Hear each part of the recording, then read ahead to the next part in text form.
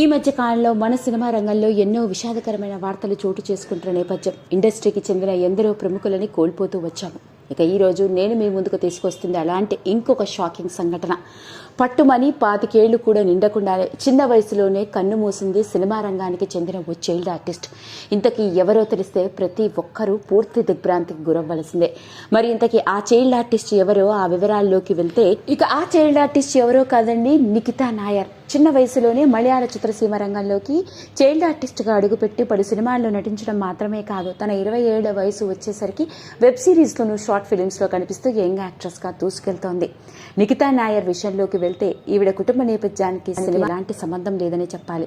కానీ మలయాళంలో వచ్చిన మార్య కుందోడు కుంజనోడు అన్న సినిమాతో చైల్డ్ ఆర్టిస్ట్గా అడుగుపెట్టి తన నటనతో ప్రేక్షకులందరినీ అలరించింది. ఇక ఆ తర్వాత పెరిగి పెద్దదవుతూ పలు షార్ట్ ఫిలిమ్స్లో కూడా నటించడం జరిగింది. ప్రస్తుతానికి నిఖితా నాయర్ వయసు 21 ఏళ్లు.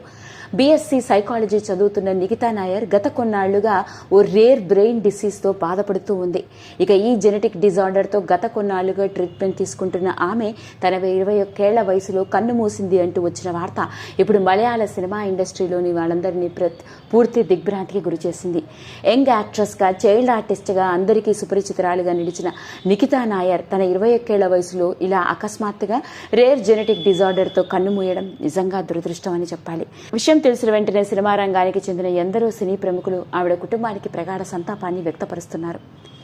అలా చిన్న వయసులోనే ఓ చైల్డ్ ఆర్టిస్ట్ని కోల్పోవడం జరిగింది సినిమా ఇండస్ట్రీ. మరి ఇంతటి విషాదం నుండి ఆవిడ తల్లిదండ్రులు త్వరగా తెరుగునే గుండె నిబ్బరాన్ని, చిన్న వయసులో కన్ను మూసిన నిఖితా నాయర్ ఆత్మకి పరిపూర్ణమైన శాంతి కలగాలని మనందరం మనస్ఫూర్తిగా దేవుడిని వేడుకుందాం. ఈ వీడియో కనుక మీకు నచ్చినట్లయితే లైక్ చేయండి, షేర్ చేయండి, సబ్స్క్రైబ్ చేసుకోండి. మరిన్ని వీడియోస్ కోసం పక్కనే ఉన్న బెల్ ఐకాన్ని నొక్కడం మాత్రం మర్చిపోకండి.